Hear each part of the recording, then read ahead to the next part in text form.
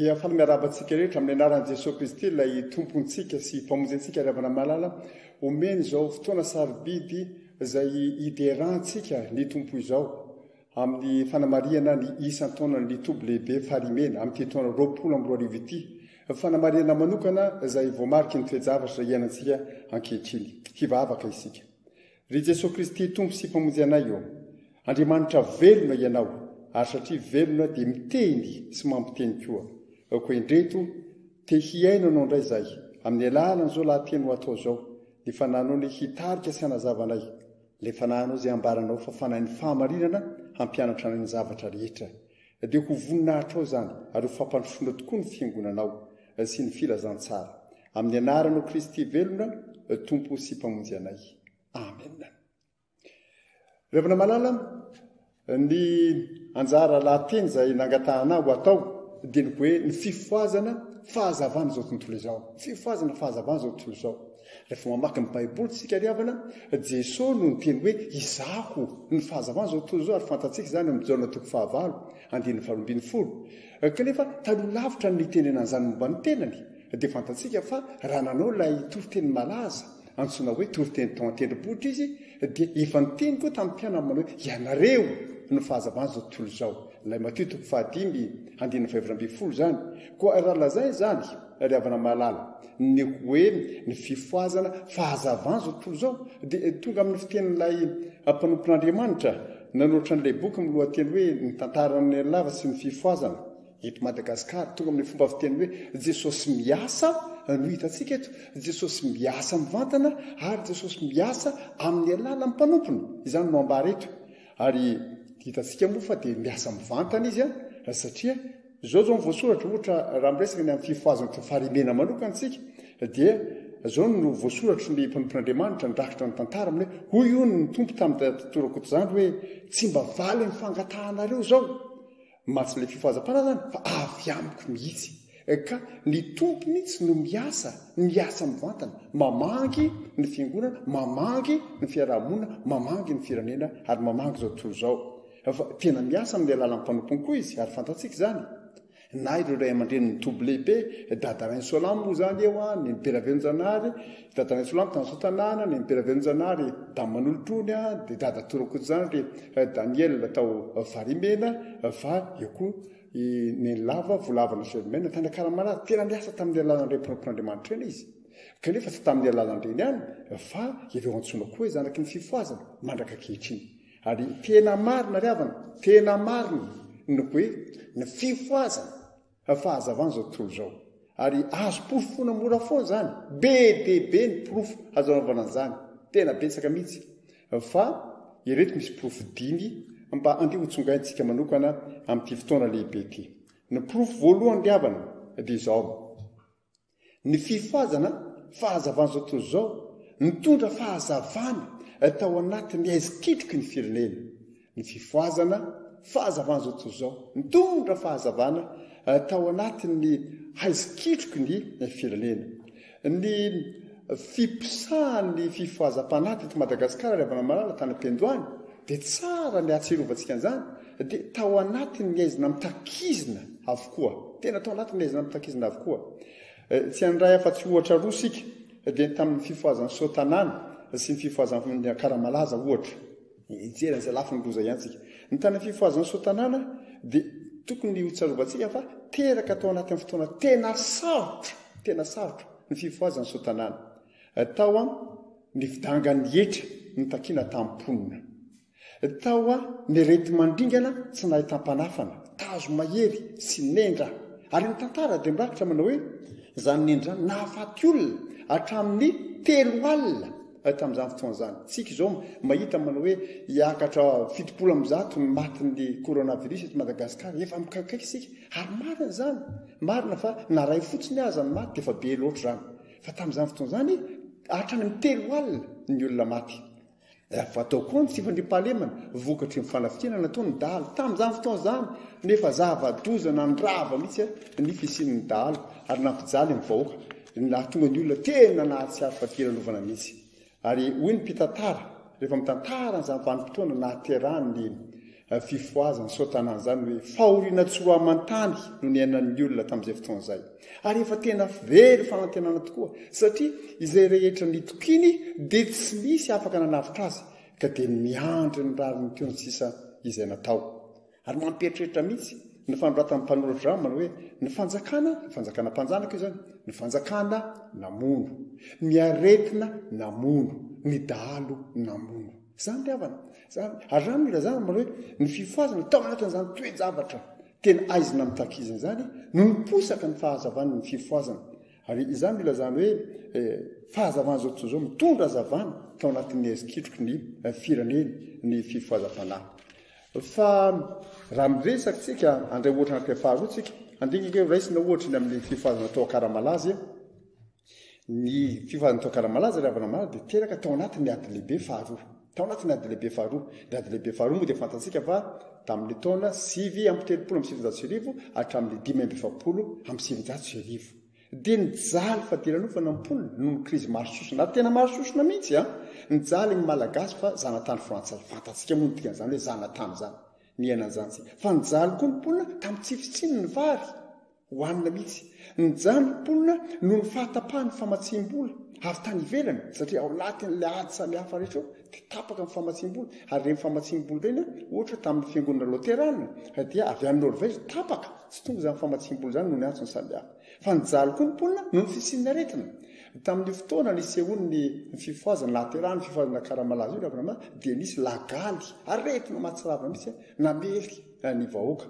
malagasy fa teo koa ny fijaliana noho ny fitotongana ny vidin'ny vokatra izay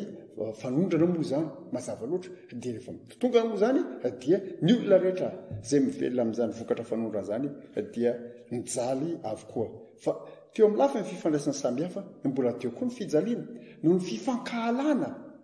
teo amin'ny samy malagasy zany ary mahamenatra zany noho ny hetsika fitakina ny fahaleovantena zay tsy nitovy hevitra fantatsika moa zany fa nisy olona nitaky ny fahaleovantena hoe zao nisy ny tokony olona sasany manao andaotsika andeha moramora ihany ary nisy koa ny olona izay malagasy tena tia hijoro mihitsy hoe malagasy tsika andao hijoro fa misy kosa dia manao hoe reoleo dia lasa niandany tamin'ny mpanjanatany tena nanjary varolena tamin'izao izany rehetra dia niteraka fijaliana koa teo amin'ny malagasy ary mbola teo koa moa raha eo amin'ny lafin'ny fivavahana teo ny fijaliana satria mbola tsy levina tanteraka koa ny ratra miady teo amin'ny katolika sy ny protestanta nisy zany ady zany ary tantara zany raha miresaka an'izany tsika ankehitriny tsy hoe mamofotamandry akory fa nisy zany tantara niady ny jezoita sy ny protestanta zany teto nisy fiangonana satria ny LMS ny tonga taloha nanorina fiangonana teo amin'ny protestanta rehefa tonga ny jezoita dia nalainy ny fiangonana protestanta tantara zany ary ianareo zay miainona manaraka ankehitriny dia mahalala ny anay zao tanindrazanay zany mihitsy ho izy fa ity ny fiangonana protestanta dia vao mandalo mitanàna dia ity ny fiangonana protestanta fa nalain'izareo dia voaterina norona ny taty aoriana ka nisy ratra zany rehetrarehetra zany dia zany koa mbola niteraka fijaliana rehefa malala tena fotoana mahaory no nipoiran'ny fifoazana fotoana tsy mifakaiza amin'izay iainantsika ankehitriny akory fotoana izay anirentsika mafy koa mba hitenen'Andriamanitra manao hoe efa hitako ny fahorian'ny oloko izay any Madagasikara efa reko ny fitarainy noho ny ataon'ny coronavirus aminy hely fantatro ny alahely takan'izay niteneniny Jehovah zany tamin'ny Mosesy raha niraka azy hanafaka ny zanak'Israely tany Egipta fahaizay izy fotoana mitakizina toy izany ravana malala no nipisahany fifoazam-panahy nitondra toky indray ho an'ny olona nitoky fanantenana indray ampitraka ny voaka malagasy tao anatin'izany aizina mitakizina zany satria fahazavana ho an'izao toy izao ny fifoazana raha ndray tantara tsy fanadino zany dia isaorantsika an'Andriamanitra raha mahatsiara zany sika ny fifoazana fahazavana zao toy izao nitondra fahazavana tao anatin'ny aiziketroky ny firenena zay ravana ny profo voalohany iresaka aminareo ny profo faharoa ny profo faharoa dia zao ny fifoazana fahazavana zao tontolo zao nitondra fahazavana tao anatin'ny fiarahamonina nitondra fahazavana tao anatin'ny fiarahamonina ny fifoazam-panahy ravana malala dia nanavao zavatra maro tena nanazao zavatra maro mihitsy tao anatin'ny fiarahamonina malagasy betsaka izy ireny fa andingy andray fotsiny santionany roa mantelotsika ohatra anisan'ny fanavozana lehibe nety ny fifoazam-panahy Madagasikara ravana malala ny famporisihana ny olona ny fandresen-dahatra ny olona ho amin'ny fisoratam-panambadiana fisoratam-panambadiana satria malaka ankehitriny moa sika rehetra dia mahalala fa tsy tena zavatra mandeha ho azy amin'ny olona koa zany misy olona betsaka any mitoerana rehetra nova tsika tafika masina any anisan'ny olana lehibe amin'ireo zany soram-panambadiana zany fa ny fifoazana ravana malala dia nampirisika mihitsy ary raha miresaka moa manokana ny dadatorakoto zany Daniel tsika izy zany dia niteny mihitsy tamin'ny olona niakatra tamin'ny farimena nareo manambady reo soraty ny fanambadianareo nareo manambady reo soraty ny fanambadianareo zavatra lehibe zany namerina miloniny tsara ny fahamarina mipototry ny fanambadiana ny tokantrano izay tsy azontsika adonana fa io no vondrona voalohany atao hoe sela fototra mandrafitra ny fiarahamonina mandrafitra ny firenena nefa mandrafitra koa ny fiangonana ka raha tokantrano sy ny fanambadiana ny tsara dia azo antoka ny fiarahamonina sy ny firenena raha sanatria ka ny tokantrano ny ratsy dia simba ny firenena ary simba toy izany koa ny fiangonana raha ohatra atao ilay kisarisary ny tokantrano tsiraray avy ny toy ny briky mandrafitra ny firenena ka raha ohatra ilay briky tany mohaka ohatra eo dia mandeha ny orana dia koka izy azo antoka misy fihenjery io rindrina io natoinina fihezinezina io rindrina io raha briky mohaka koa ny rindrina dia mienina tsikelikely io tsy maintsy hinjery rindrina io andrany zany mahasarobidy zany fanavozana nety ny fifoazana nanamafy ny amin'ny fisoratam-panambadiana izany izay tamin'izany moa zany dia tena sarotra ankehitriny zany mbola hitantsika maika fa tamin'izany fotoana izany zay anankiray voatran'izany koa ny fifoazana ravana dia tena nanavao mihitsy ny fahatakaran'ny olona ny amin'ny atao hoe fahadiovana ny fahadiovana raha mieritreritra manokana tsika any Dadarainy Solamo tany Sotanana Dadarainy Solamo zany rehefa nandray ny fifoazam-panahy izy dia fantatsika rehetra fa ny akanjo ny tafiny sy nampitafiny ndaotsika akanjo dia akanjo fotsy daholo mba tsy akanjo miloko izy mora hitanjoto fa dia mba fotsy avokoa dia akanjo anaova mbola voatanatra amin'izao moa zany dia manao akanjo fotsy ny olona kravaty fotsy satroka fotsy kiraro fotsy raha fantatsika rehetra zany ravana malala ilay lamba be iny izay mahazatra amin'ny faritra Betsileo dia fotsy avokoa no ampiasaina amin'izany ary ny fanamina ny akanjo masin'ny mpiandro fa fotsy raha teo zany riavana malala tena mariky ny fahadiovana misy nitezana dia rehefa nandray ny fifahazampanahy ny olona dia zao zany fampianarany dadaray solam mane zao aloha izy a ny mahazatra antsika ity ny tranontsika mianakavy dia ohatrany trano malagasy rehetra moa zany dia eo an-trano eo a no misy natao hoe zorinakoho dia hoy izy dadaray solam tsy a manomboka zao a avoaka ny akoho fa tsy miara-mipetraka amin'ny olona tsony tamin'izany zany ny andohany zany zavatra zany avoaka ny akoho nanaovan'ny olona ny mpifoa zany nijary nanao tranona koa tany ivelany trano dia ohatrany zany koa ny tranontsika zany misy fatana dia ao an-trano eo ilay fatana dia kitay moa zany nandretana bozaka tamin'izany fotoana zany dia manetroka be eo zay mahatonga hoe ity avara-patana ty atsimy-patana satria eo ny fatana kanefa ilay izy manetroka be eo dia mainty be ny rindrina dia hoe dadaray solama avoaiko eo ny lakozia dia navoaka ny lakozia fa inona ny tanjony dia zao tsy ny akanjo ihany no atao akanjo fotsy fa ny atitrano koa lokoana fotsy nasiana le ataontsika hoe sokay moa zany sograsy lokoana fotsy raha ohatra mbola manao afo ohatrano foana tsisy dika ny akory ny antokoana fotsy an'io dia tsy maintsy navoaka hitantsika amin'izany riavana malala ny fanavaozana lehibe nety ny fifahazam-panahy teo amin'ny fiainam-piarahamonina ary ny tanàna manontolo taoso tanàna dia tena fanampianarana tsy manao mandotondoto oetiny tsery ny olona fa asiana toerana fanaovana an'izany fanavaozana zany riavana malala ary mpanoratra anankiray dia mitena hoe raha mba nahatana an'izany tsika hoe fa zavatra hafa mihitsy no mitranga teo anivon'ny fiarahamonina misy atsika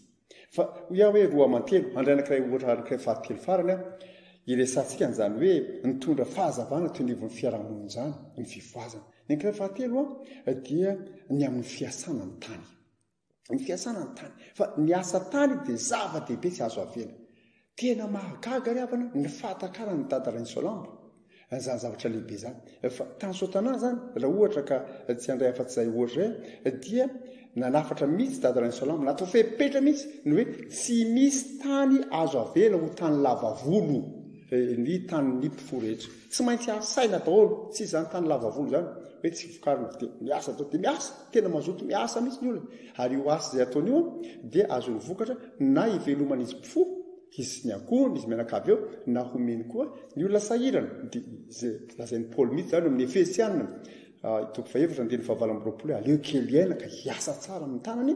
mba hisomena izay tsy manana dia tena ny ainany zany zavatra sarobidy io riavana zay navako hoe raha mba nahatana zany fampianarana fifoazana zany ity firenena ity ho miova ny zavatra mitranga inona moa zavatra mitranga zao ny zavatra mitranga zao mana hoe miezaka tsika mampiana-janaka miezaka ny tanora sy ny olona mianatra ary inona ny antony miazaka zany hoe za ty opitana birao za ty opitana birao fa nga ao anatin'ny birao misy vary manify nga ao birao misy anana hoanina raha tsy misy mimpamboly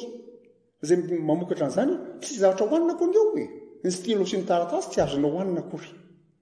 fa adinona nefa zany miazakazoko mpiasa birao ny tanoratsika fa tsy te hiverina amin'ny tany ary antso tokony atao eritreretantsika lalina mihitsy zany ny hoe andao re eritreretin'ray zany fampianara sy fanavaozana ty ny fifahazam-panahy zany ianao zay manana tany mba azavelo ho lavavolo mba esao mba asao mba hamokatra ary iza miazakazaka hitana birao fa io tany io dia tokony trandrahantsika famezan'andriamanitra avelona atsika ny fampianarana zany raha tsy gaga sika riavana malala raha ohatra ka nanao asa piraisana moa zany ny tany sotanana dia midina eny tanimbary eny dia sady mihira mivavaka miasa tany mijinja vary miaraka manao zany asa piraisana zany zay fantatsika riavana fa tena nitondra fahazavana lehibe teo anivon'ny fiarahamonina izany fomba fiain'izany zay ny porofo faharoa ny fifoazana fahazavana zao tontolo zao nitondra fahazavana teo amin'ny fiainan'ny fiarahamonina fa anomenareo ny porofo fahatelo ariavana ny fifoazana fahazavana zao tontolo zao nitondra fahazavana nanerana ny Madagasikara ny fifoazana fahazavana zao tontolo zao nitondra fahazavana manerana any Madagasikara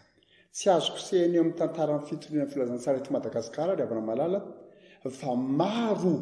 amin'ny fiangonana zay niorona tany anindra tany rehetra tany no vokatry ny asan'ireo iraka avy tany sotanana ohatra ary ireo ray aman-dreniny toby rehetra dia samy olona nandeha daholo nitety faritra maro samihafa nitory ny filazantsara nandeha daholo reo nanitatra ny afo-masina da tatorakoto zany Daniela moa no findrindra ny fotoana ny asany amin'ireo ray aman-dreniny toby reo dadaray ny solambo ohatra 10 taona ny asany dia zay vao maty izy ny lava tany Karamalaza 7 taona be zao niasany fa dadatora kotsany Daniel herintaona sy tapany fotsiny ny tena niasany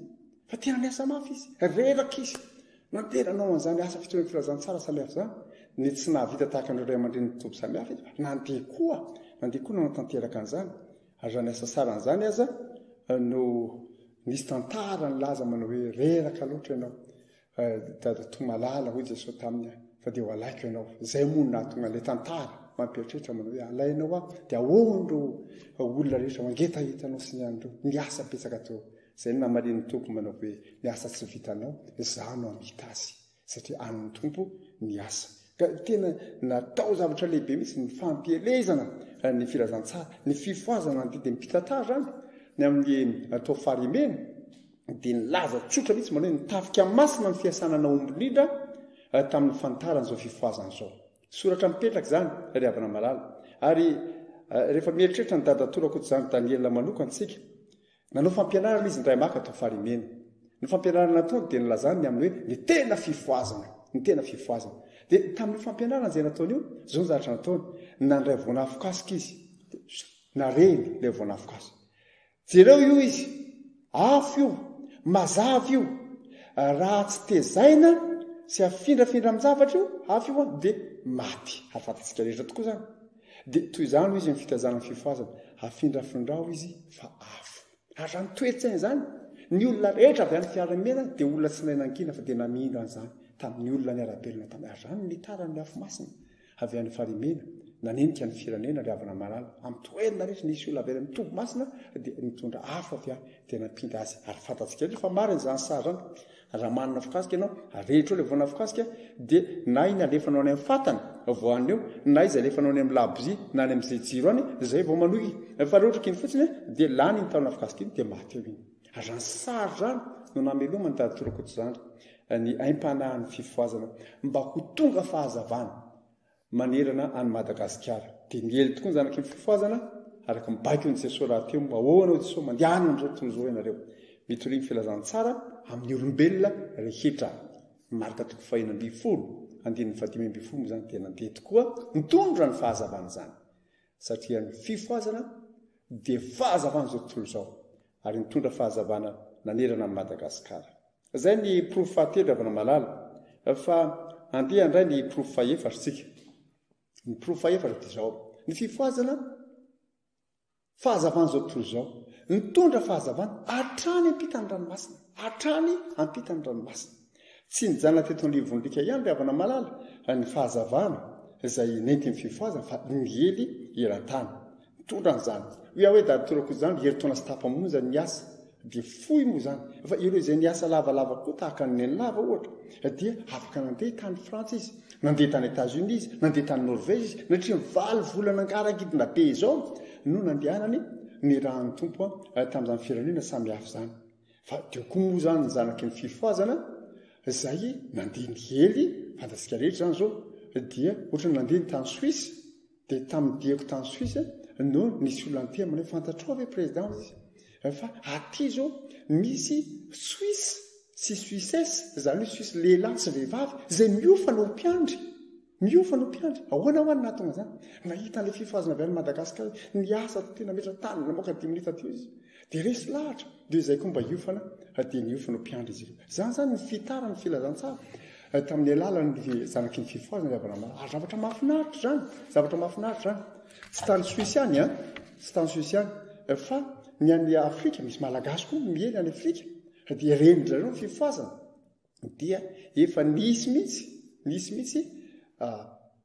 fiangonana afrikana nandefa taratasy taty amin'ny FCKM ohatra nilaza mane ho avy amin'ny Madagasikara hijery zao fifoazana amin'ny Madagasikara an'izao nampalahelo moa dia tadidinareo nisan'ilay fotoana hoe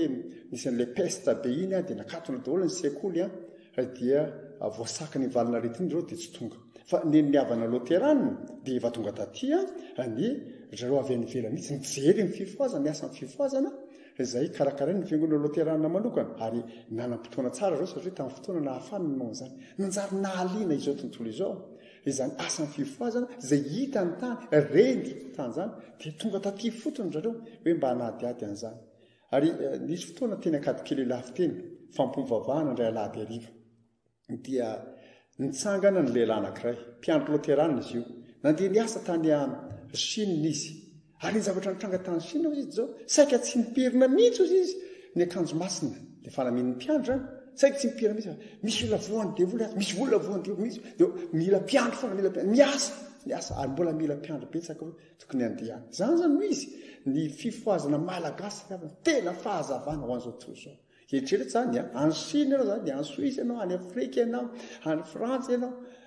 naizanaiza misy malagasy misy fifoazana mijoro dia sahirana ny olona mieritreritra an'izany satria nandeha namangy tany La Réunion tany amin'ny taona 770 ngamba zany 712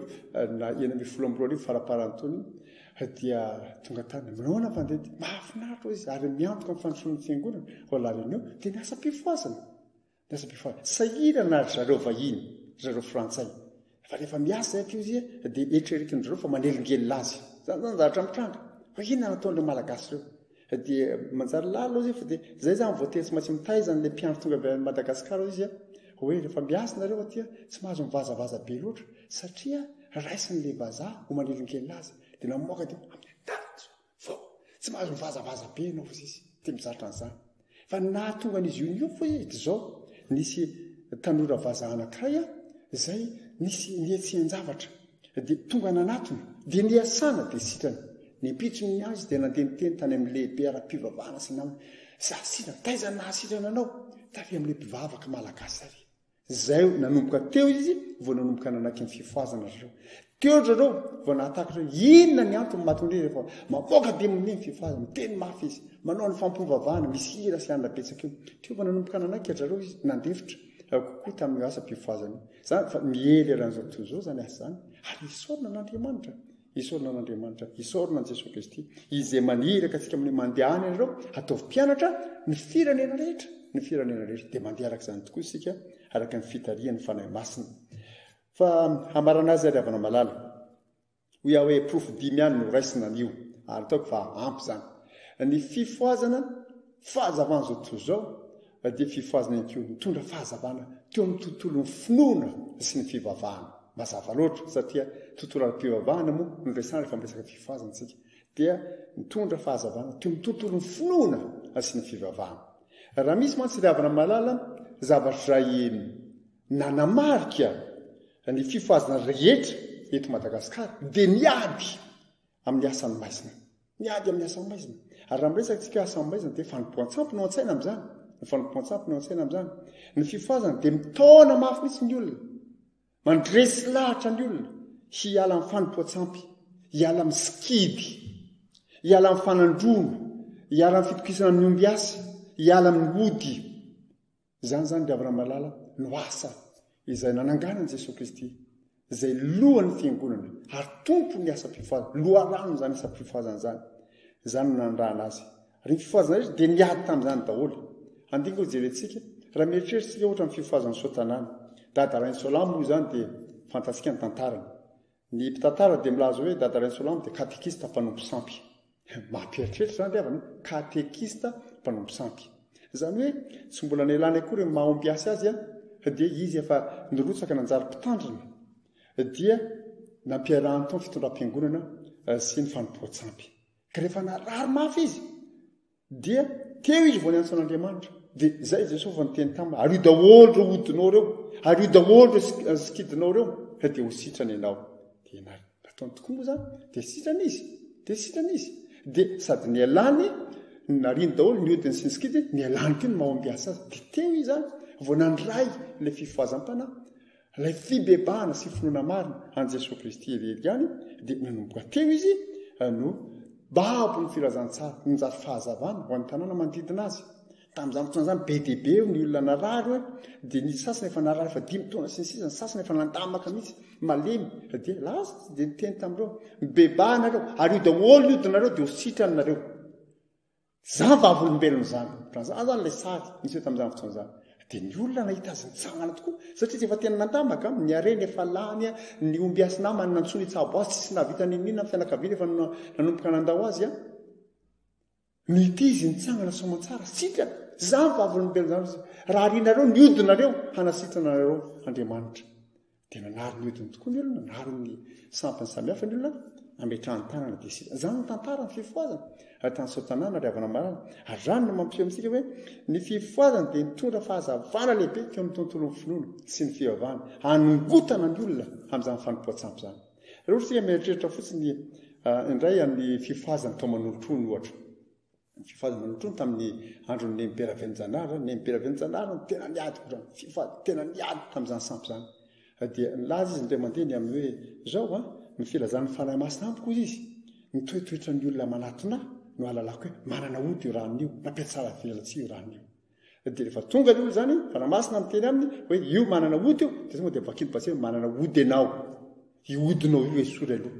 raha teo sitrana ianao raha teo vavonjy ianao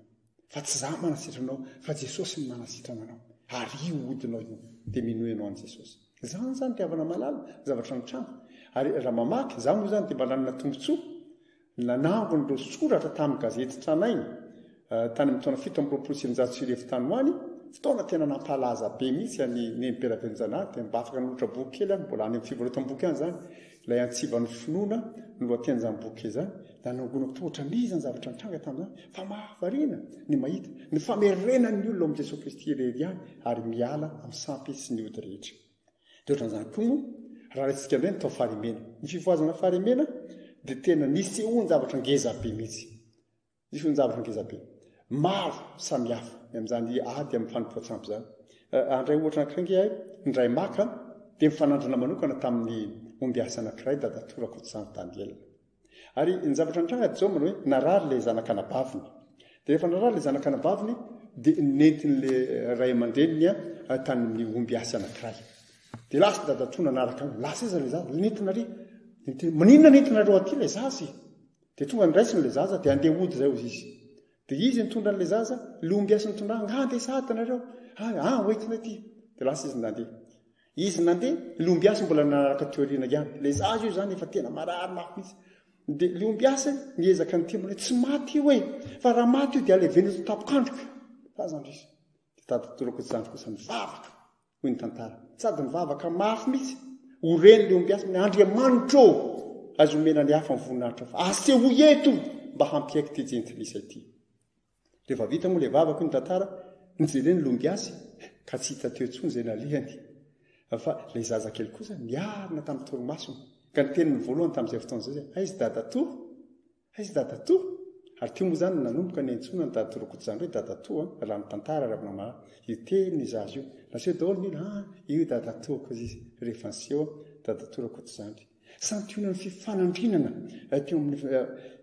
fifoazana sy ny fanompoatsampy zany ravana marana dia nisy tokoa moa ny olona niova fo raha mamaky ny tantara ny fifoazana farimetsika dia misy olona ao izay mitantara mihitsy za dia omby asa dia eo mitantara ny fiainana izay dia olona ny tana ody ny tana moary zao zavatra dia mijoro vavolombelona ary mahafinaritra misaotin'Andriamanitra sika ny amin'ny sempantompon'Andriamanitra nahasoratra izany mipetraka ho antsika mandraka kehitriny ary raha ohatra sika amarina ilay toby lehibe efatra aloha dia raisika ny fifoazana karamalaza sika koa dia mahalala fa ny lava moa dia zanakomby asa raha teo zanakomby asa izy nonona tsony Jesosy ary izy tsy nanaiky mihitsy hanisy kida natondrain'io ary io andro ny 2 Aogositra izay anaovana fotoan-dehibe na karamalaza isataona isataon'io dia tsara ny ahatserovasika fa fahatserovana angizy io fahatserovana ny nanaovana ny lava asa fandroana demonia voalohany io 2 Aogositra io tamin'ny taona 1970 asa mba mahafantaran'izany tsara ve tsika fa tena ady fifanandrenana vantana mihitsy Jesosy no tena tamin'ny nitsangana ianao miasa satria izy mbola tsy niomany asa dia nitsangana izy ary nandroaka n'ilay demonia dia nandeha nitsoaka asitona ilay zaza ary zany ny zavatra nitranga ary io ady io dia mbola ady mitohy hiainana mandraka kehitriny zany ady amin'ny fanompoantsampy ady amin'ny asa maizina izany raha mba hiala kely amin'ny toby lehibe efatra dia mamela mba hitantara kely izay moa zany lehibe teny Ambohimanarina ary teny Ambohimanarina isaky ny 20 septambra isataona dia misy fotoan-dehibe ny 20 septambra izay iarahana Ambohimanarina sy Vatotsara satria nisy an'ilay tantara hoe tonga teny zany Babara Jofera Daniel avy amin'ny Vatotsara dia hoe ampiady Andriamanitra ny Babara Jofera sy ny mpanompo n'Andriambodolova dia vahoaka be tsy nisy ohatran'izany fa ny tantara dia mano hoe hipoka olona ny lala avy any ampoana any hatrany sorano fanizina mihitsy ny olona ary dia tena poka tokoa moa zany ady zany dia rifatra leo omby saika hanaovana sorona tely amin'andriambotolova mpatitaka daholo ny zavatra rehetra dia nevarano moa zany ny 6 septambra misy fampovavahana lehibe teny anosoa izay misy ny fanasinana n'andriambotolova fa nangonana ojo amina sarety no midorana tao zany ny tantara zany no asa izay nataon'ny tompo tamin'ny alàna ny fifoazana riavana malala ary tantara mipetraka zany ary satoina fotsiny zany resako zany fa ho lany ny andro raha ohatra ka iresaka azy rehetra isika fa ny fifoazana tena niavaka mihitsy tamin'ny ady amin'ny maizina ny fandroana demonia ny asa mpifoazana tsy misy fandroana demonia dia tsy asa mpifoazana zany miaina anazy hatrany ambolohany mihitsy ary hatrany mandraka kehitriny zay zavatra tsy tahaka sy ny olona indraindray moa zany fa zany nefa no izy tsy maintsy miady amin'ny demonia ary dadana isolamo dia nanavitra aza manao karazana tahaka mpitoriteninareo fa zareo mitoriteny fotsiny izy tsy manjoka demonia izy tsy manasitrana fa nareo mandehanareo izy mandroa demonia manasitrany anareo ary izany iraka zany riavana malala dia iraka ny aina ny fifoazana tsy sao tanàna ihany fa ny fifoazana rehetra dia ny ainan'izany avokoa mamela ampatsiaronareo anefa fa raha miaina zany ny fifoazana tsy hoe akory hoe namboly zavatra manokana ange ny fifoazana fa fivelomana ny mahafiangonana mihitsy zany fivelomana ny mahafiangonana kristiana zany ny mahafinoana kristianina zany satria tsika rehetra dia nampianary ny tenin'andriamanitra fa Jesosy Kristy irery ny famonjena tsy misy olona makany amin'ny ray afa-tsy amin'ny alalana minoan Jesosy tompo dia vovonjy ianao sy ankonanao zay ihany ny finoana amin'ny Kristy ihany no mahavonjy rehefa tsy mino an Jesosy Kristy avy any Nazaretany very mandrakizay izy fa ny dikany hoe finoana n'Andriamanitra raisy zanaka fanahy masina koa dia tsy azo afangaro amin'ny sampy tsy azo afangaro amin'ny ody tsy azo afangaro amin'ny moara tsy azo afangaro amin'ny fanatonana ampiasa tsy azo afangaro amin'ny fanatonana mpanandro ny mpanao mazy sy tsy azo atao zany fa rehefa manaky hino an Jesosy Kristy ianao dia Jesosy irery ihany ary zany dia mifototra tsara hatrany amin'ny testamenta taloha fa ny didy voalohany amin'ny didy folo dia milaza aza man'Andriamanikafa fa izao ihany rano izy ravana malala dia rehefa nijoro ny fiangonana taizana izay eran-tany dia tsy nanaiky mihitsy ny marimaritra iraisana hoe ataoko hoe ny fivavahana io mo ny sampy atao tahaka an'izay nisy teto Madagasikara ho tahin'Andriamanitra sy ny razany tsy nanaiky an'izany mihitsy ny fiangonana ary misaotan'Andriamanitra sika fa namana tsy misy olona miteny an'izany tsony moa zany zao eto Madagasikara fa nalaza zany tamin'ny fotoana ny fahazazahanay nalaza zany ho tahin'Andriamanitra sy ny razany ohatrany hoe tsy ampy Andriamanitra fa mila ny razana tsia Andriamanitra ihany ny tokony hitokiana mba hitany fiainantsika ary teto Madagasikara manokana dia nalaza nge zany hoe nandorondra navalina faharoa ny sampy zany nisy fotoana tena nalaza mihitsy zany ohatra ny nandorona ny kely malaza moa zany raisiko satria izy no sampy lehibe indrindra raha ohatra ny tetumerina ny resahana dia rehefa tonga amin'ny fotoana dia nanontany zany ranavaly manjaka natsona daholo le mpitahiry ny sampy ny kely malaza dia nanontany manao hoe ono anareo mo reo sampy reo anareo kely malaza sa ahy hoe ranavaly manjaka dia namaly zany zareo mpitahiry an'ilay sampy manao hoe ranavaly manjaka ny tompony fa fitehirizana fotsiny ny anay dia namaly ny mpitondra teny ranavaly manjaka ary hoe fitantarany pasteur Rabary fito amin'ny daty malaza zao ny navaliny koa izao nanaovako ny ary ambany lanitra hodorako ny ahy fa mandrebireby ny vahoakako nefa tsy mahefa na inona tsinona ka hodorako ny ahy ahitanareo ambany lanitra ny laingany fa ho lasako setroka sy anjary lavenina zay ny zavatra nitranga dia nidorana tokoa moa zany raha kely malaza mivady satria anakoa izy nitaona dia maity ary ny fifoazana riavana malala raha manao ny asa fanoherana ny sampy fandravahana ny fanompoan-tsampy arak'izany zany tsy namorona ny minina afa-tsy izay ambara ny tenin'Andriamanitra izay nijoroana amin'ny mahafiangonana tsy zavatra hafa koa fa ny asa sy ny fiainan'ny fiangonana amin'ny mahafiangonana fijoroana amin'ny mahakristianina tangazay natondra navalina faharoa rehefa nanaiky atao batisa niaraka tamin'ny randrilay arvola izy zany fotsiny ihany riavana malala no natao ny fifoazana sy tohizany fifoazana mandraka kehitriny ny zavatra mampalahelo zao fotsiny manao hoe nisy olona tamin'ireny fotoana samy hafa tamin'ny farimeny tamin'ireny tompo-pifoazana samy hafa misy olona miditra am-piangonana le olona mivavaka le olona mamonjy asa mpifoazana le olona rehefa mbola mitana ody ihany raha tena masika mihitsy ny teny nataondreo ray aman-dreny momba an'izany hoe very nareo dadatorako zany fa dia tia mihitsy nareo ave ibebaka sasy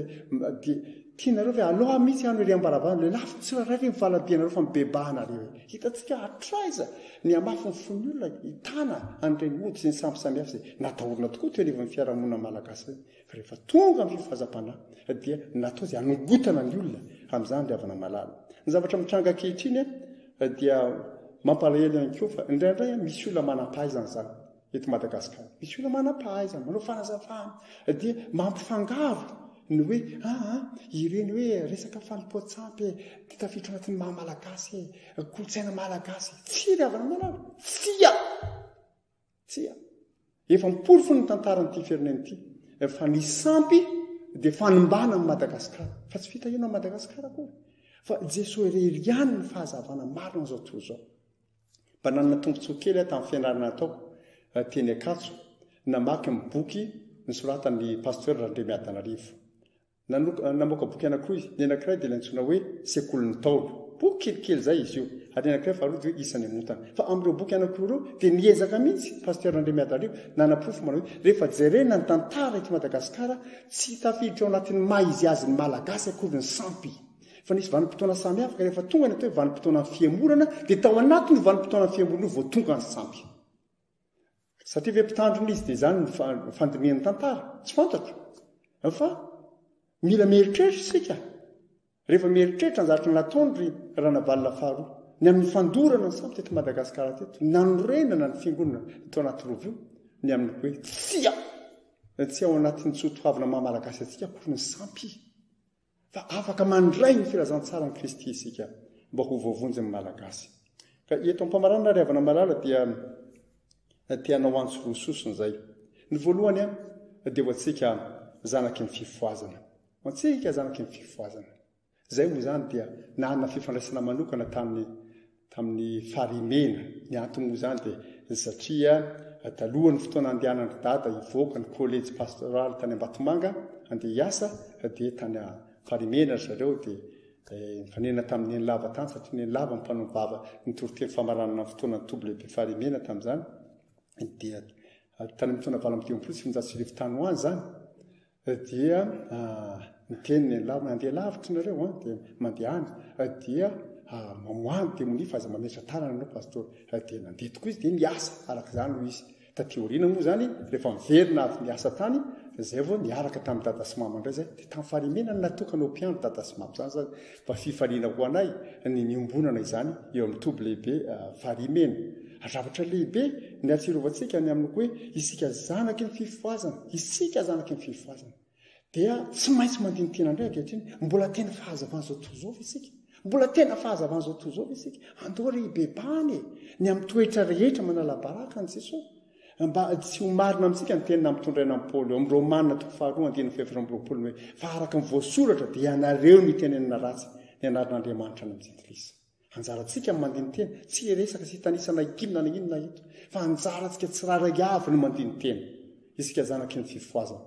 rehetra inona no tsy maintsy bebatsika mba tsy tenena ny ratsy ny anarin'Andriamanitra any amin'ny Jesokrista amin'ny fahitanantsika fa ny faharoa ry havana malala dia ho atsika malagasy mpiray tanindrazana rehetra firenena tiany Jesosy Madagasikara ry malagasy avako mba fantatsika malagasy ve fa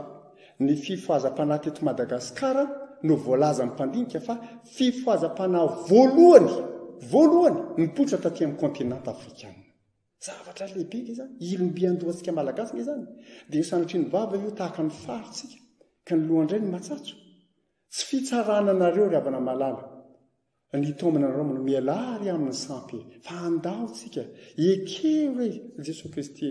ekeo Jesosy Kristy izay nanolotra miainy teo amin'ny hazo fijaliana nandatsaka ny rany ho anao ho antsika malagasy manana anjara amin'izany sika andao fa ho fitahiana any Madagasikara ny fahazavana entin'Andriamanitra teto amin'ity firenena ity tamin'ny alalan'ny fifoazana ny tomana antsika nandresendahatra antsika hiala amin'ny sampy havana malala dia tsy fitsarana koa tsy fanavakavanana fa nikirian'izany fa tena fitiavana tompoko fitiavana mba tsy ho very mandrakizay ny malagasy ary fitiavana amin'ny Madagasikara ihany koa ny tomana sy hiasany fifoazana eto fa tamin'ny 20 janoary 7 bataty mba tsara fantatsika 20 janoary 7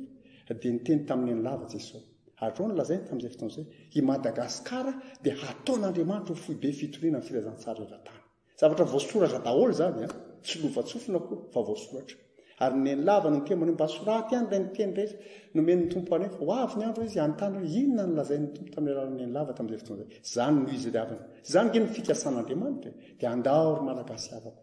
isika fiangonana isika fifoazana ijoro tsara isika malagasy handraiko ny fahazavan'ny tenin'Andriamanitra bebaka mandray an' Jesosy Kristy ho tombo sy mpamonjy marina tokoa dia ho sambatra Madagasikara satria nomena ny fifoazana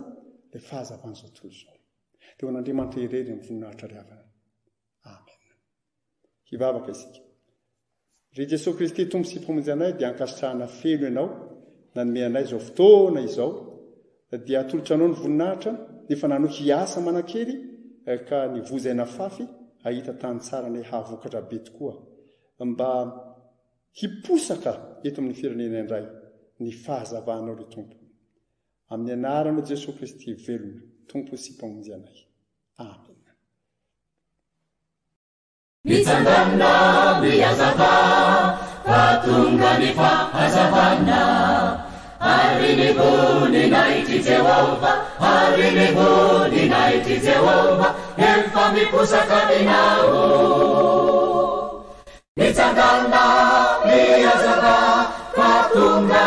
ni fahazavana Arinibuni naiti Jehova Elfami pusaka minao Mitsangana miazava fatunga ni fahazavana Arinibuni naiti Jehova Arinibuni naiti Jehova Elfami pusaka minao Mitsangana miazava fatunga ni fahazavana Arinibuni naiti Jehova Elfami pusaka minao Faindruni azina Manaruna litani Arini azimpito Manaruna nifirenena Fahamilako sa pahaminao Lupisahan ni Jehova Araminao Araminao Luiseuanibuni naini Faindruni azina Manaruna litani Arini azimpito Manaruna nifirenena Fahamilako sa pahaminao Lupisahan ni Jehova Araminao Araminao Luiseuanibuni naini Mitsangana miazava fatunga ni fahazavana Arinibuni naiti Jehova Arinibuni naiti Jehova Elfami pusaka minao Mitsangana miazava fatunga ni fahazavana Arinibuni naiti Jehova Elfami pusaka minao Misotranao zahay no fitenao lehibe na hatrariny tsingaritenao toby fa nimeny ety zava-dehibe fiainay zany satria mbola miansonay ianao anatiny tobo-masina tahaka zao amin'izao isan-keritaona zao tompo dia iresaka ny teninao zahay ny teninao momba ny famohazanay satria tonga ny fahazavanao rendrika ao anatin'ny izina tokoa zahay isan'andro manoloana ny zavatra sarotra rehetra ienanay mila ho kivy zahay kanefa noho izany teninao zany mampitraka anay hisangana satria Jehova anao Jehova Andriamanitra ny fahazavana ry lalina mandrakariva Jesosy mba ho fahazavana mibalika koa noho izao tontolo zao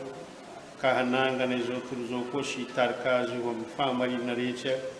mba hiposahany fahazavanao amin'izao tontolo zao azakany izy petrika aminarinao Jesosy avy Nazarety izany amen miaraba na zaraky foaza rehetra na tratra etsinkery taony tombo farimena ity taona 20 ka dia zava-dehibe zany ka dia rary raha mifampiarahaba isika tenin'Andriamanitra hotoriana dio amin'ny siato fenimpolo anjiny voalohany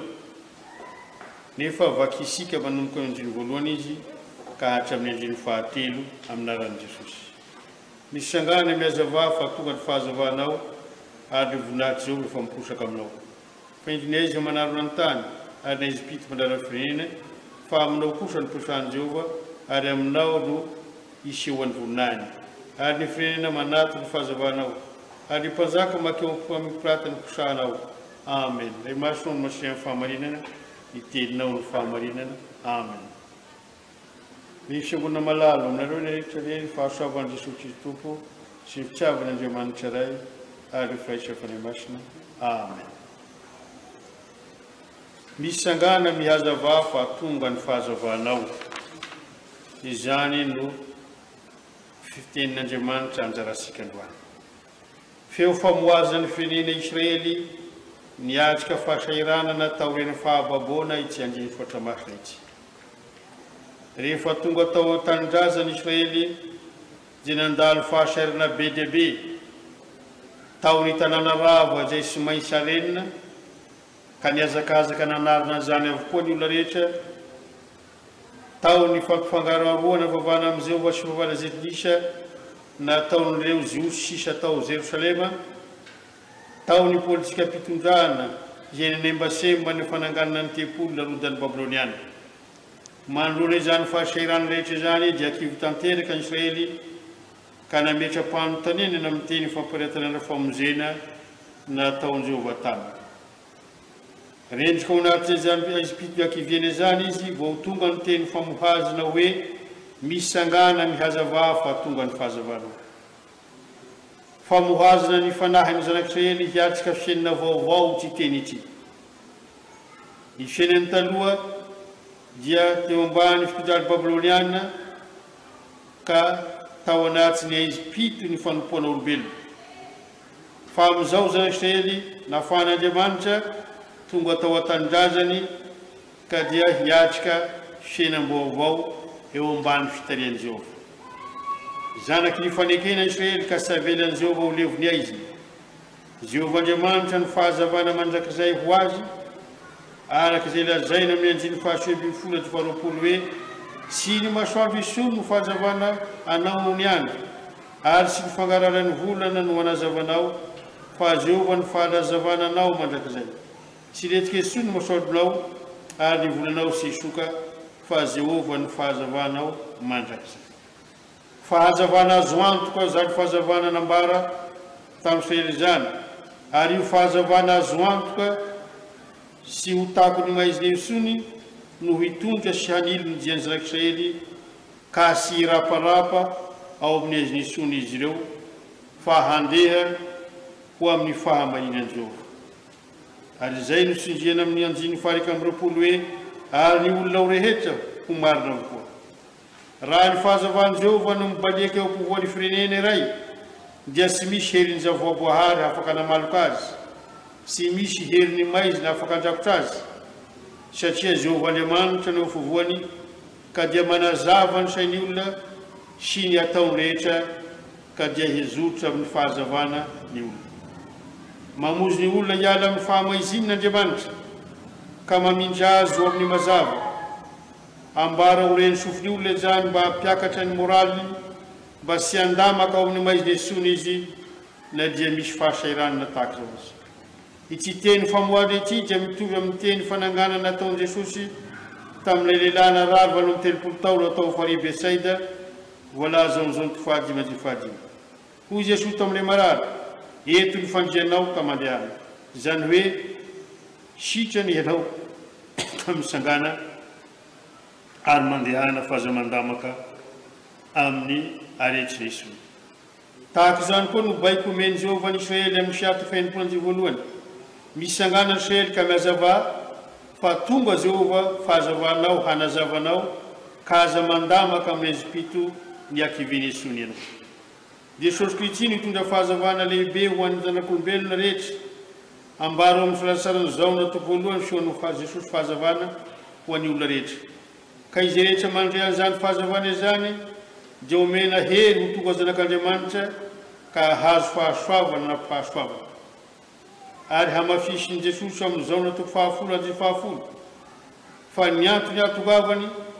dia hanome fiainana be dia be ho an'ny zanak'olombelona. Nandray izany fahazavana izany ilay lehilahy zamba hatry ny folo vao teraka amin'izao natao fahasivy alohan'ny hampairatany Jesosy maso dia nambara taminy teny famohazana hoe raha amin'izao tontolo izao aho dia fahazavana izao tontolo izao ary rehefa avy nanambara ny mahafahazavana azy tonga eo amin'ny lehilahy zamba ty Jesosy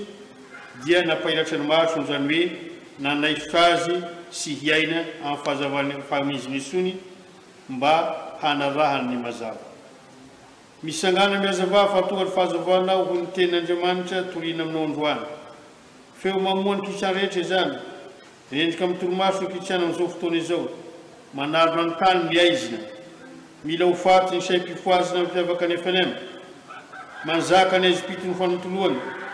manzaka ny saim-barotra ka ny kazikady tombaritra no filamatra eo amin'ny seray hajiny ny soatavina malagasy hoe aleo velitsika lakalambola toy izay velitsika lakalam-piavana. Tafiditra koa ny fanompoasampo moderne miafinafina amin'ny fanaovana asa soa isatana ka mamitaka ny osy miditra amin'ny fiangonana rakolokolo ka mpipoadika raharano fiangonana ho raharano zao tontolo izao ezakan'ny politika sy politisiana ifandramatra ny mpirahalahy finoana ka hajiny ny didi-pitiavany meny Jesosy ho famantarany mahampianany eo amin'izao ny fahatelo andiny fafitra amin'ny telopolo dimy telopolo. Ireo rehetra ireo dia izy manarona ny fiangonana avokoa ka nambarana izao teny famoahana izao hoe misangana ny fiangonana mihazava fa tonga ny fahazavanao. Misangana mihazava izaka fifoazana fa tonga Jesosy fahazavanao ho anao mandrakizay Jesosy ka hitarika anao ho amin'ny fahamarinana rehetra. Ao anaty izany fahamarinana izany ny famonjeny Jesosy ianao izay sy misy famonjena hafa sy ao amin'ny rery ihany ka raha miala izany dia hiraparapa amin'ny aiziny. Manana Jesosy fahazavana lehibe eo am-povoanao ianao koa nahoana ianao ry fiangonana no mandamaka ny Ezipito faratsiany misangana ianao ka mandehana manaraka ny lalana mazava ny hitarian'i Jesosy ianao tamin'ny voalohany. Sy ho an'ny kristiana izay fifoazana ihany ity teny famoazana ity fa natao koa ny vahoaka malagasy rehetra firena tsy an'Andriamanitra ny firenena malagasy ny firenena malagasy irery ihany nametra an'Andriamanitra ny tombo fifoazana lefatra lehibe tsy manana izany ny firenena hafa rehetra ary malagasy avokoa ireo mandren'ireo ary nasian'Andriamanitra mba hamoa ny malagasy rendrika tao anatin'ny Ezipito ny fanompoasampo. Hitory Jesosy fahazavana mamirapiratra ho an'ny firenena malagasy miantsoan'Andriamanitra azy ireo ka manana tombony isika ry vahoaka malagasy ka misangana miazava fa tonga ny fahazavanao. Napetraky Jesosy Kristy ho fahazavana eo arivo zao tontolo zao koa isika kristianina sy ny fiangonana ka hoy Jesosy ao amin'ny Mateo 5:7 hianareo ny fahazavana zao tontolo zao ziro mibalika eo ny fiarahamonina ianao ka aza manafa ny fahazavanao amin'ny fahaolotoana sy ny farasiana rehetra. Hoy Paoly ao amin'ny Efesana 5:5 fa maizina nareo fahiny fefa mazava amin'ny tompo ankehitriny mandehana tahaka ny zanaky mazava fa ny vokatry ny mazava dia amin'ny fahasarana rehetra sy ny fahamarinana ary ny fahisiny mamantatry akasan'ny tompo mifoazy ianao izay matory ary misangana amin'ny maty ampahazavanao Kristy. Teny famohazanao zany zanaky fifoazana ka mifoafoazy ianao fa aza miombotra raha amin'ny mpanao rasy. Asehoy Kristy fahazavana fomba fiteninao amin'ny fomba fitafinao amin'ny fifandraisanao vady aman-janakao sy ny fihavanao ary amin'ny fiarahamonina misy ianao amin'ny fomba fiasanao amin'ny sehatry misy ianao amin'ny fitondratenanao. Amin'ny alalao fiesika sy fomba ireo no nanatantaranao ny afatry ny tompo ao Mateo 5:20 hoe aoka hazava eo masy olona toy izany koa ny fahazavanareo mba ahitany asa soa ataonareo ka hakalazana ilay nareo izay an-danitra. Ry zanaky fifoazana malala amin'ny tompo miaina ao anaty fahasairana isika ankehitriny manoloana ny fisian'ny valonareta Covid-19 mitebiteby isanandro ny fo Oro isanandro miaina miakivy ny saina miareraka ny finoana ambara aminao androany fa mbola mitoetra ho fahazavana ho anao mandrakizay Jesosy eo fovoanao izy ary mbola manan-kery ny tompo-panantenana nomenanao eo filazasarana zao natao fahafilazasaraka amin'ny folo hoe izaho no mpiandry sara manolotra ny ainy hamonjy izaho no mpiandry sara ary fantatro ny aho fantatro Jesosy mpiandry sara ianao apetra ho amin'ny fiainao rehetra tahaka ny ataon'ilay mpanompon'Andriamanitra ray amin'ny Salamo fahatelo amby roapolo hoe Jehova no mpiandry ahy sy anazava mahory aho mampandry ahy amin'ny ainy maiso izy mamelobelona ny fanahiko izy mitarika amin'ny lalan'ny fahamarina izy eny na dia mamaky ny lohasan'ny fahafatesina zaho dia sy atavitra ny loza aho fa ianao no amiko mandalo krizy kehitriny Covid-19 izy na manarona ny tany zany nefa zakivo fa manana mpiandry sara maharo anao ianao koa batoky azy fa momba anao mandrakariva izy araka ny toky nomeny anao teo onahitra ny Andriamanitra isanka ny fanay masina izy azy amin'ny taloha indrindra ka ho mandraka izay ray sy fitahia ho amina rehetra ny fahasoavan'i Jesosy Tompo sy ny tsavin'Andriamanitra ray ary firaisy fanay masina amen.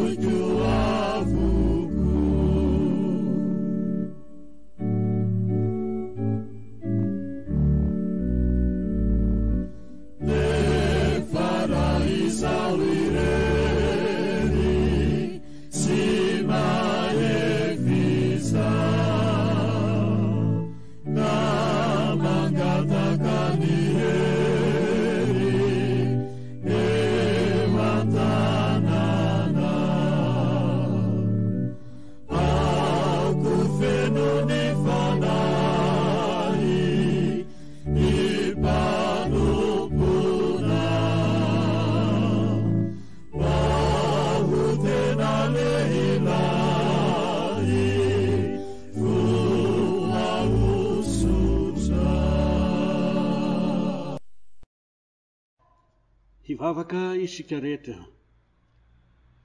Ry Andriamanitra raisy zanaka ary fanahy masino, faly misaotra midera makalaza manome voninahitry ny anaranao zahay, fa mbola homenao tombonandro sy fotoana mahatratry izao andro anio izao. Eny fa na dia misy aza izao zavatra aretina mandringana mahazo an'izao tontolo izao, dia mbola mahazo tombonandro zahay, ka afaka manatanteraka izao fankalazana ny isan-taona ny toblibe farimena izao, na dia toa amin'ny fomba tsy mahazatra anay azy, dia lalana nataonao mba hazahoanay manatona anao bebe kokoa, ary misaotranao noho ny amin'izao fahazahoana manatanteraka manambara ny afatra ho an'ny reto vahoakanao ireto, dia ho an'ireo mpiandry izay vao natokana, sy ho an'ny mpiandry ihany koa izay efa nahazo ny asany hatrizay, ary indrindra koa ny kristianina izay miatrika izao fotoana izao. Dia ny fanahinao masina no hiasa mahery ao am-ponay, amboatra ny fonay, azahoan'ny teninao mitoetra, sy azahoanao Jesosy Kristy koa monina ao anatinay. Dia taio zao teny zao, mba voninahitry ny anaranao, loharanontsoa sy fitahiana ho anay mpanomponao, amin'ny anaran'i Jesosy. Amen. Ny hafatra ho anjarantsika amin'izao isan-taona ny toblibe farimena ny 4 Aogositra 2024 izao ry havana, dia ny teny izay voasoratra ao amin'ny bokin'ny Josoa. Josoa toko 1,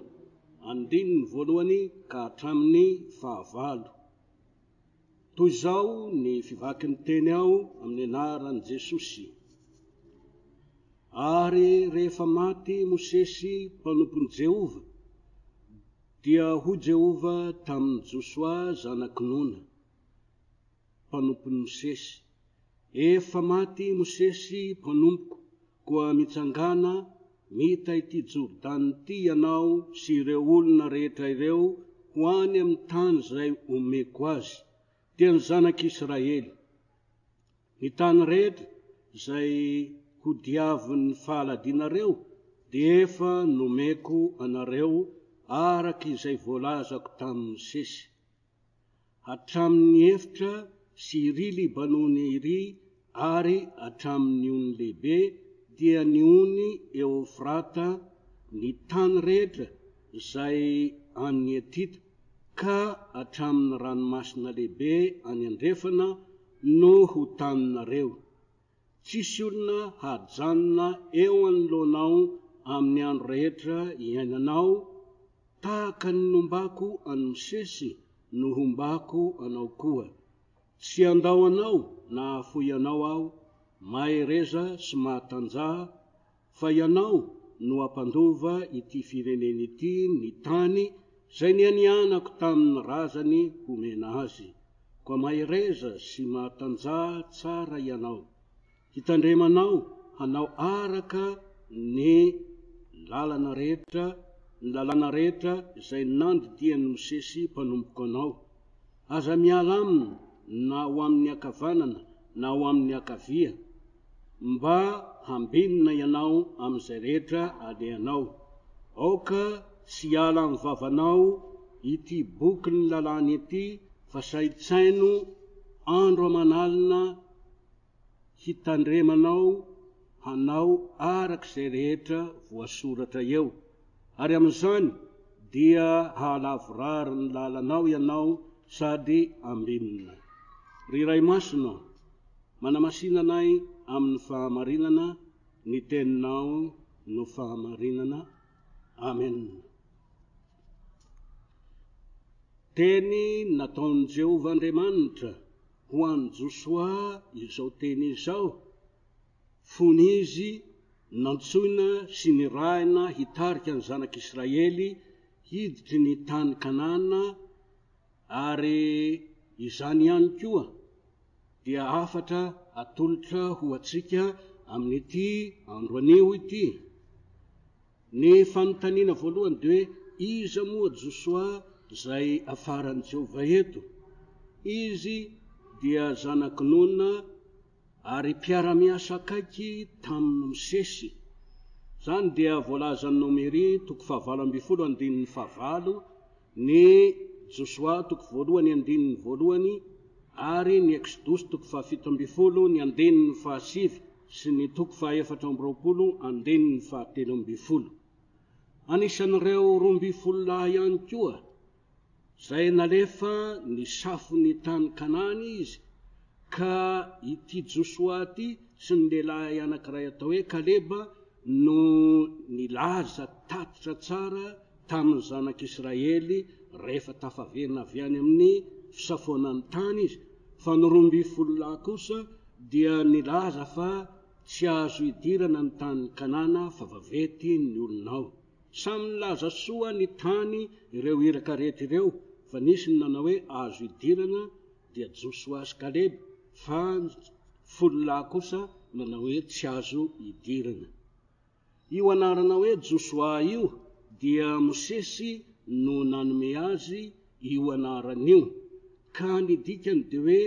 Jehova fanafahana na Jehova fanavotana, arak'izay hita ao amin'ny Nomery 7:14. Rehefa maty tao amin'ny tany Moaba i Mosesy dia feno fanahy-pahendrena Josua, ka nijoro nandray ny raharaha ary nitarika ny zanak'Israely, ary ireo dia niaino azy, arak'izay voalaza ny Deuteronomia 4:7. Marihana fa efa nasain'i Jehova nametrahany Mosesy tanana mialoha i Josua, arak'izay voalaza ao amin'ny Nomery 4:20. Ary hoy Jehova tamin'ny Mosesy: alao anao Josua zanak-nona, lehilahy izay manam-panahy, ka metraho ny tananao izy. Efa voatokana mialoha zany ity Josua zay nampitondrana hafatra ity, ary Jehova no niantso sy nandidy azy hitsangana eto amin'ity Josua 1:1 ka hatramin'ny 1:4. Nomeny Jehova hafatra ho fampaherezana sy toky izy amin'izao asa lehibe ho raisiny izao. Dia ny Josua 1:1-5. Tsisy olona hajanona eo anoloanao amin'ny andro rehetra iainanao, tahaka ny nombako any Mosesy no hombako anao koa. Tsy andao anao na ahafoy anao aho mahereza sy mahatanjaha, fa ianao no ampandova ity fireneny ity, ny tany izay nianianako tamin'ny razany homena azy. Izany fampaherezana nomena any Josua izany koa no mbola hanafarana ho atsika mpiandry izay natokana, ary na dia isika efa voatokana teo aloha azy dia ampatsehivina, fa momba antsika Andriamanitra, ary tsisy fahavalo ajanona eo anoloantsika raha matoky izany isika. Nomba any Mosesy sy Josua Andriamanitra, ary haitsika ny tantara ny fivoahan'ny zanak'Israely avy tany amin'ny tany Egypta, fa ny ranomasina ny zara roa, ny vatolampy namoaka rano ho an'ny zanak'Israely. Zany no ny fomban'i Jehova any Mosesy. Ary amin'ity Josua ity koa izay ampanantenana dia misy asa lehibe tsy latsaky izay nataon'ny Mosesy no nataon'Andriamanitra taminy. Dia izao amin'ny toin'ity tantaran'ny Josua ity dia izao: ny ranon'ny Jordanina dia tonga tany maina, ka afaka nandeha tamin'ny tany maina ny zanak'Israely niditra ny tany Kanana. ary na dia ny masoandro izay neverina ho isan'ny zavatra atahorana aza fa mandoro dia nijanona teo ambonin'ny zanak'Israely tamin'ny alalan'ny fangatahany ity mpanompo Josoa ity. Izany koa ry havana dia toky lehibe ho antsika mpanompony, izay no fidin'Andriamanitra fa tahaka ny nombany an'i Mosesy sy nombany an'i Josoa no hombany antsika koa eo amin'ny fanatanterahana ny asa. Zava-dehibe koa ary azo lazaina fa tsy ambanin-javatra ny antsoina an'i Josoa sy nanokanana azy nandraisan'ny asa. Ireo moa dia hitantsika ao amin'ny Nomeria 7:20 hatramin'ny 20 izay manao hoe: ary hoy Jehova tamin'ny Mosesy, alao anao Josoa zanaky Nona,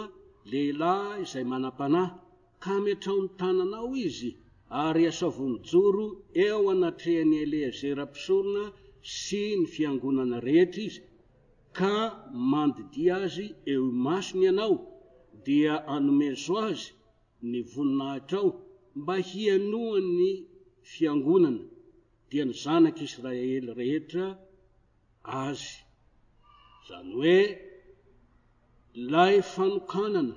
teo anatrehan'ny olona sy fampiariariana azy dia tonga fahefana nakatoavan'ny olona azy. Ary dia tahaka an'izany koa amin'ity andro anio ity, natokana naharihary teo anatrehan'ny vahoaka, ary indrindra ihany koa nomena ny teny isika, ary dia tonga manam-pahefana eo amin'ny asa aman-draharaha. Ny fiangonana sy ireo ray aman-dreny no nanokana antsika, kanefa tsarovy fa Jehova Andriamanitra mihitsy no efa nandidy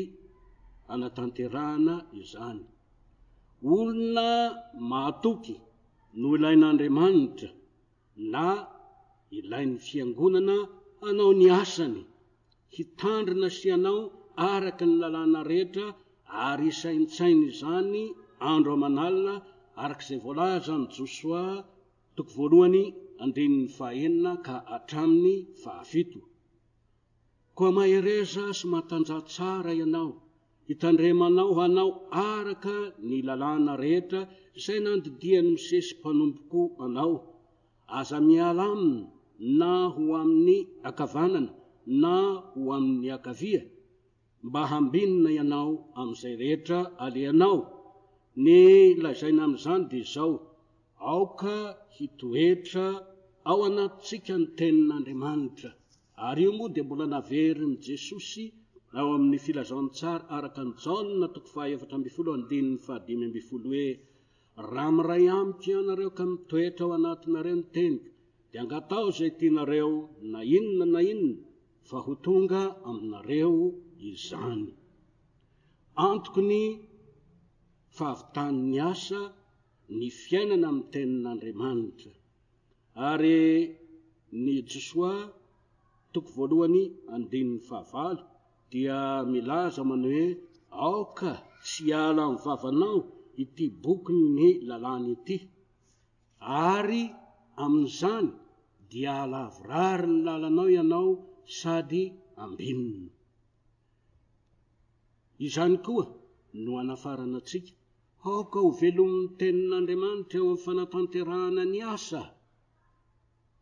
Ary Paoly dia nanafatra an'i Titosy, ary mbola anafarana antsika ihany koa ny ao amin'ny Titosy 1:7 manao hoe: mitana mafy ny teny marina araka ny efa nampianarina, mba ahaizany ananatra amin'ny fampianarana tsy misy kilema, sady handresy lahatra ny mpanohitra. Mbola ho antsika koa izao teny natolotra ny Josoa zao hoe: tsy efa nandidy anao va aho, koa mahereza sy matanjah, aza matahotra na mivadi-po, fa mombanao Jehova Andriamanitrao amin'izay rehetra aleanao. Amin'izao vanim-potoanan'ny aretina izao dia misalasala ny maro ary tonga kivikivy aza toa tsy tea tokony tenin'Andriamanitra intsony. Mahita fampanopin'Andriamanitra maro izay tena atao hoe mpitarika mandray andraikitra nefa lavo noho ny aretina satria nahoana? Andriamanitra mahalala ny hevitra izay hiheverana,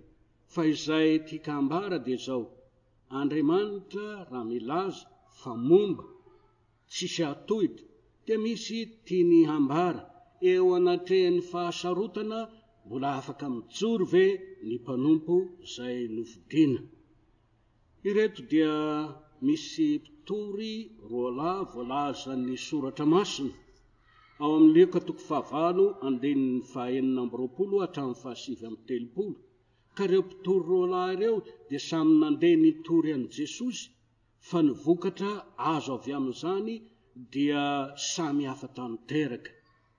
Dia izao ny zava-misy ao amin'io Luka 9:9 io: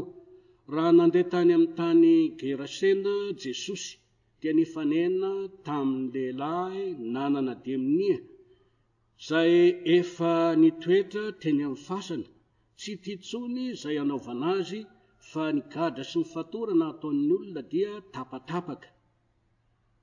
Noroahan'i Jesosy sy ny didiny hiala taminy ny demonia tamin'io lehilahy io izay natao hoe demoniaka, efa natory teny amin'ny fasana. Dia izao lasa niditra tamin'ny andiana kisoa, ary ireo kisoa ireo dia lasa mivarina tany amin'ny antsana tamin'ny farika maty tao. Nahita izany ilay mpiandry ny kisoa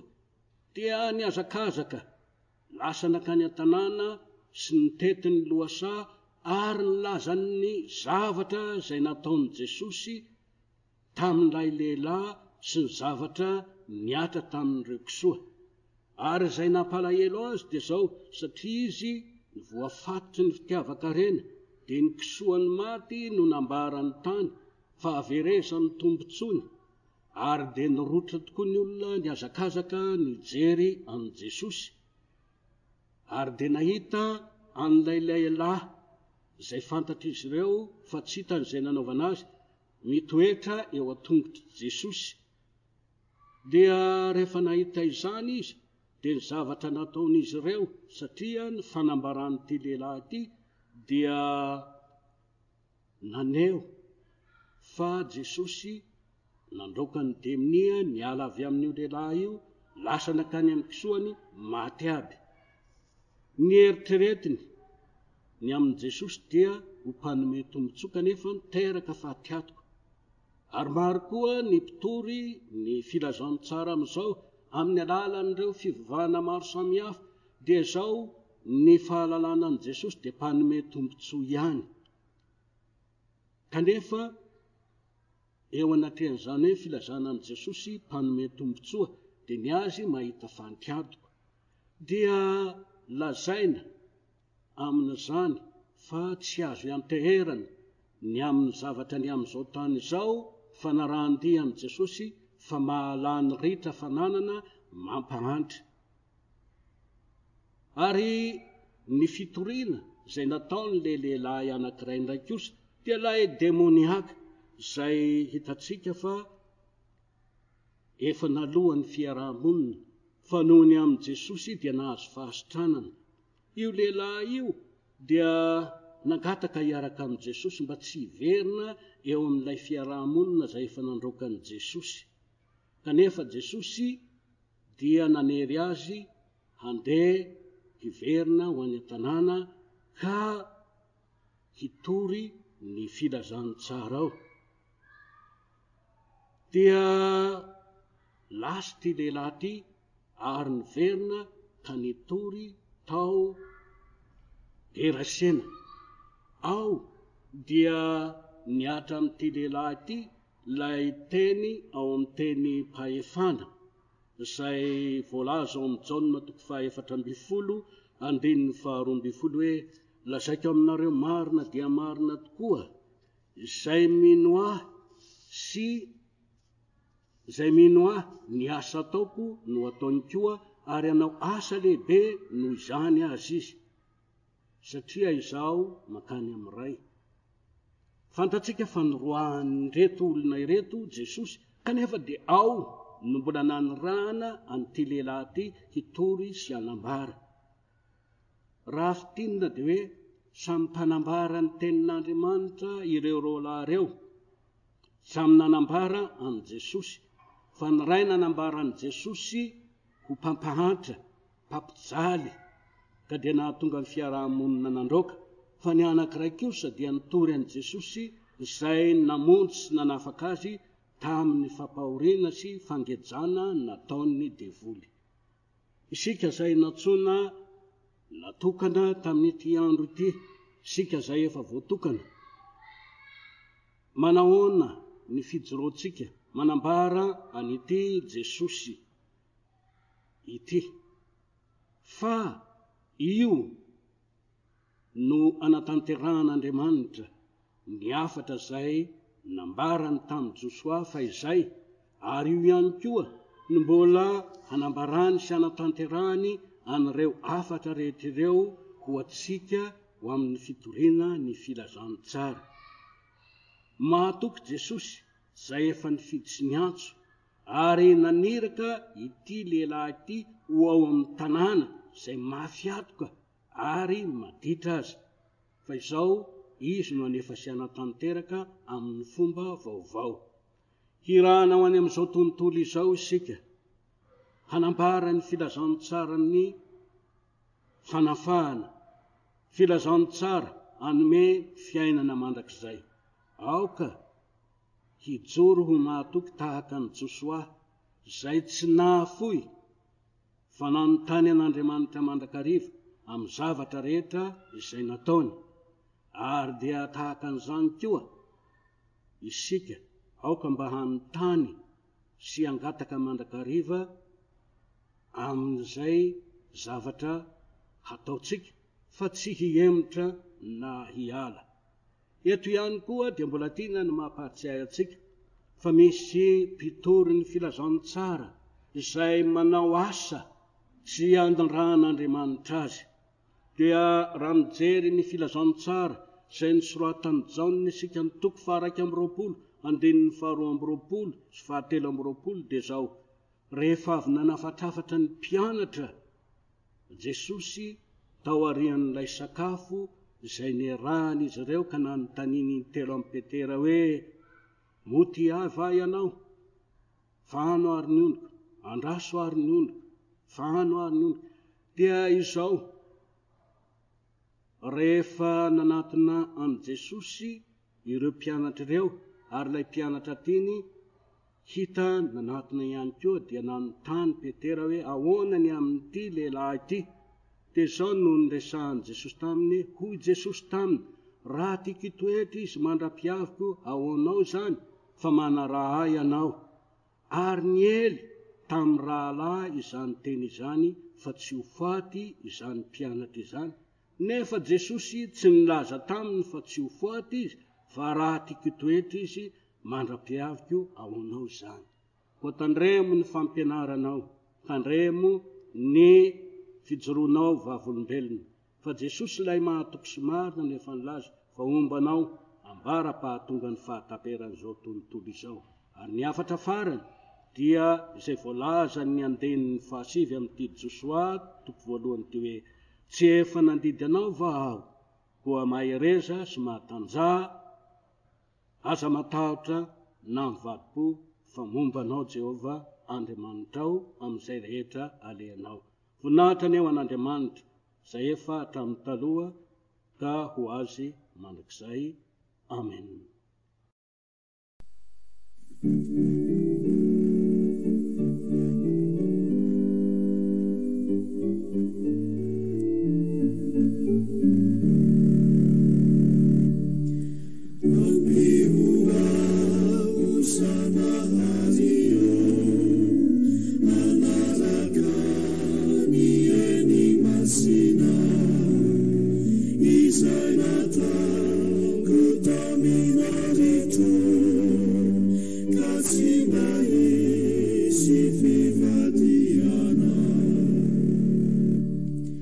Zitupukro Ry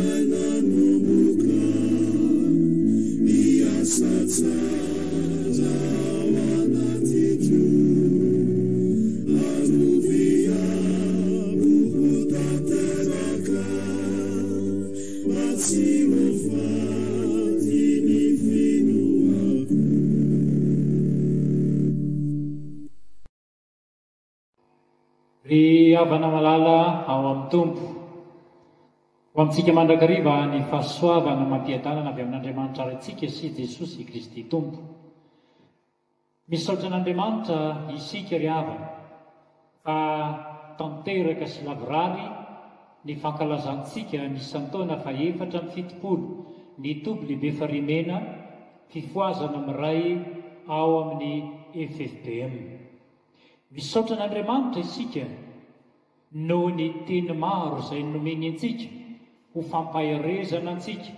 manoloana ny ady sarotra atretsika amin'izao fiainana ankehitriny izao. Tenin'Andriamanitra izay hitondra fampiorenam-pinoana ho antsika. Eny misaotra an'Andriamanitra isika ry havana amin'izay nitaheny antsika rehetra ary nahafahantsika niatrika ny fankalazana izao isan-taona fa 470 izao. Eny marobe tokoa ny tenin'Andriamanitra izay voaraintsika ry havana, nomenantsika izany. Ingane ireny tondra fanavaoza ary hitarika antsika rehetra ho amin'ny tena fibebahana maro hanatona antsika n'Andriamanitra. Amin'izao andro iainantsika izao, eny manoloana ny zavatra mitranga eto amin'ny firenena. Mba tsy ho raraka an-tany foana ny teny izay nomenantsika, fa hiasa hanan-kery eo amin'ny fiainantsika ireny tenin'Andriamanitra izay nafafy ireny. Ka tsy verina foana any amin'izay naniraka azy izy. Eto koa dia manolotra fisaorana ho an'ireo mpanompon'Andriamanitra izay nandray anjara rehetra, na izay nitondra ny fampianarana ny soratra masina, na izay nanao ny lahateny, na izay nitondra ny toriteny. Misaotra indrindra anareo mpanompon'Andriamanitra, nanaiky natao n'Andriamanitra fitaovana nitondra ny hafatra ho an'ny zanaky ny fifoaza, ho an'ny zanaky ny filazantsara. Andriamanitra nifidy sy niantso anareo, hanafihery anareo hatrany hahefanareo ny adidy, ny andraikitra ny asa fanompoana izay naniandren'i Jesosy anareo tsirairay avy. Ao ny birao fohibe ny fiangonana Loterana Malagasy izay nanolontsaina ary nitarika tamin'izay fandaminana hatanterahana izao fankalazana ny isan-taona izao. Saotra indrindra ny birao fohibe ny FLM nitombany eo ambanareo amin'izay adidy sy andraikitra mavesatra napetraky ny tompo aminareo maray aman-dreny eto amin'ny firenena amin'ny fiangonana Loterana Malagasy. Misaotra anareo mpampianatra ao amin'ny salta izay nitondra ny fampianarana, ianareo izay pastor, ny filohan'ny dapartany, mitondra filiovana, mitondra fitandremana rehetra izay nanaiky ampitiavana, antsitrapo, nanana fandavatena, nanao izay anjara nomena anareo teto. Eny eto koa dia misaotra ny teknisianina rehetra tsy akanavaka, tao izay naka ny sary sy ny feo tany amin'ny faritany, tao izay nanao ny montazy ka nampita azy tamin'ny tambajotra tserasera. Ianareo izay nanaiky ho fitaovana avy amin'i Jesosy nampitahana ny hafatr'Andriamanitra. Misaotra indrindra, nanaiky nampiasa ny talenta anareo ianareo, azahoan'ny maro nandre ny tenin'Andriamanitra. Jesosy ny ampitombo ny talenta anareo, homba anareo ary nafihery atanterahanareo koa ny asa izay napetraky ny tompo. Misaotra atsika kristianina tsy akanavaka, atsika zanaky ny fifoaza, manerana ny nosy naiza naiza.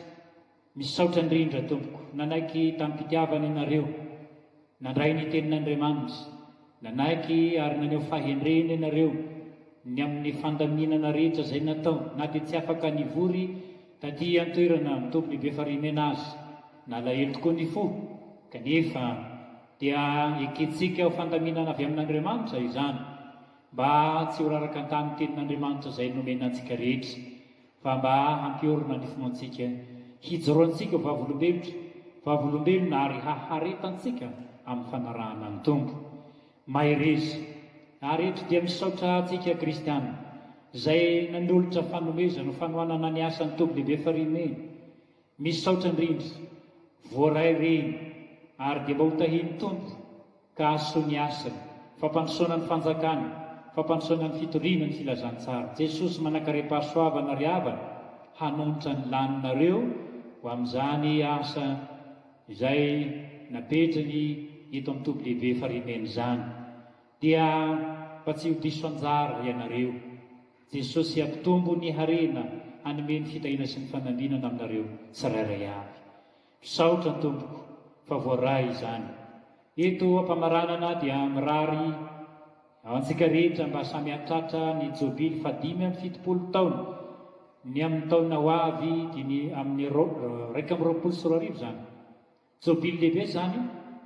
ka dia miomana isika ary manentana antsika mba samy mitrotram-bavaka izany fotoan-dehibe izany, ka mba ho tafaona am-pifaliana eto isika amin'ny taona ho avy raha sitrapon'Andriamanitra. Dia Jesosy ny omba sy tantana antsika mba hahatrarantsika izany taon-jobily amin'ny taona ho avy izany. Misaotra indrindra tompoko ho an'Andriamanitra ny voninahitra ary ho antsika rehetra kosa ny fiadanana. Hivavaka isika. Andriamanitra ray zanaka ary fanahy masino, misaotra sy mideranao zay amin'ny fitiavanao lehibe ka nahazo olonay nankalaza ny 470 taona ny tompo lehibe farimena izao. Misaotra Jesosy noho ny amin'ny teninao maro izay notori nafafy tamin'ny alalan'ny reo mpanomponao. Ingane mba hitondra ny hery sy ny fanavaozana avy aminao ny teny izay renay. Ampiorina ny finoanay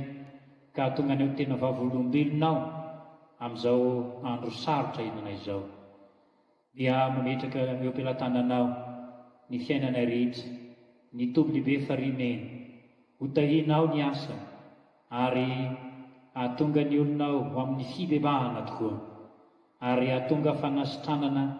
ho an'izay marary, ahatonga fanafahana ho an'izay voafatotra. Ary dia mametraka eo am-pelatananao ny fiainanay mba hatraranay ny jobily 570 taona, ankalazaina ny 120 ho avy izay. Ianao ny nomba sy tantana anay ka dia tafaona ny pifaliana eto izay amin'izany taona jobily lehibe izany. Dia mamindrafo aminay ka mamelany elokay Jesosy,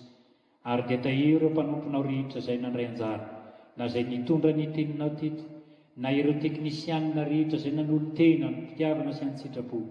Ianao any nohomba azy reny handrotsaka ny fitahinao. Izany no izay nitony fonay Jesosy, ka aoka hoe ho tehirizinao amin'ny finoana sy aritra amin'ny fanomponanao ny zanaky ny fifoazana rehetra. Ny anaranao Jesosy no angatana izany. Amen.